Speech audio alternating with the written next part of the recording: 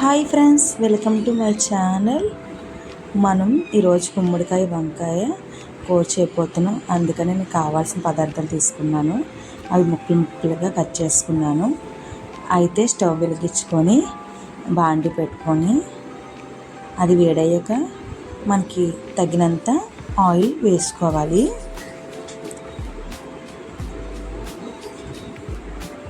చూడండి, కొంచెం ఆయిల్ వేడెక్కాక అందులోని మనం కట్ చేసుకున్న వంకాయలు కొంచెం వేయించుకోవాలి. ఇలా వేయించుకుంటే మన కర్రీ బాగుంటుంది. చూడండి, కొంచెం వేగిపోయాక దాన్ని మనం పక్క తీసుకొని పెట్టుకోవాలి. మళ్ళీ అదే ఆయిల్లో కట్ చేసుకున్న ఉల్లిపాయలు, పచ్చిమిరకాయలు అందులో వేసుకోవాలి.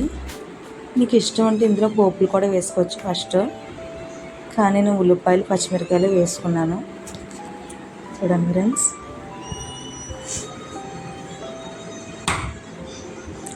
వేసి ఒకసారి కలుపుకున్నాను.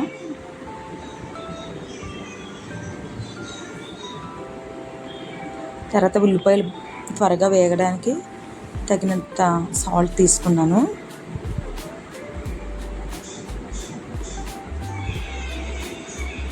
కొంచెం పసుపు కూడా వేసుకున్నాను. వేసి కలిపాను.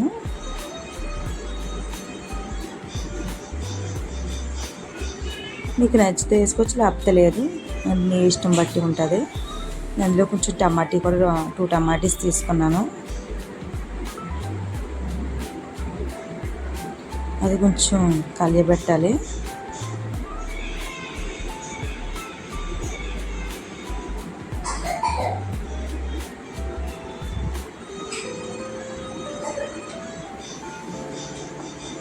నెక్స్ట్ మూత పెట్టేసుకొని మన స్టవ్ కొంచెం సిమ్లో పెట్టుకొని దాన్ని మగ్గనివ్వాలి. నెక్స్ట్ అది మగ్గిందో లేదో చూద్దాం.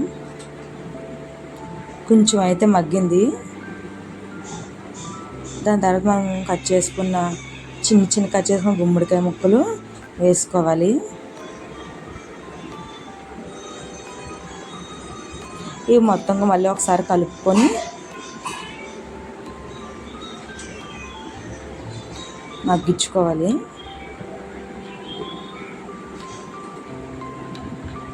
చూడండి ఫ్రెండ్స్, ఇలా ట్రై చేస్తే చాలా బాగుంటుంది కర్రీ అనేది. గుమ్మడికాయ కూర చాలా బాగుంటుంది. మళ్ళీ మూత పెట్టుకొని నేను మగ్గించుకున్నాను. మళ్ళీ మధ్యలో ఒకసారి తీసుకొని కదిపాను.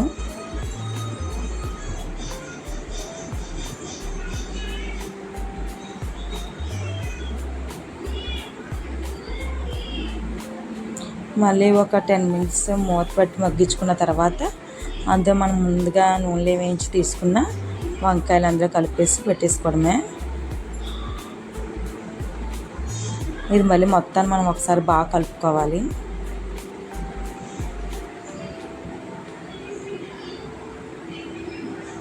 దాని తర్వాత ఇందులో కారం, తగినంత కారం వేసుకోవాలి. మనం కారం ఎక్కువ తింటే కారం, తక్కువ తింటే కొంచెం బాగుండాలంటే కొంచెం తక్కువ వేసుకోవాలి ఫ్రెండ్స్.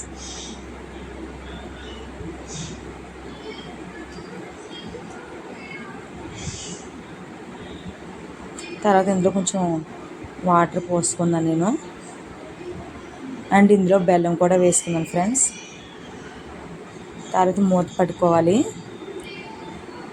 మూత పెట్టుకుని ఉడికించాలి. కొంచెం మన ఆయిల్ మన పైకి తెలియ వరకును. Subscribe friends.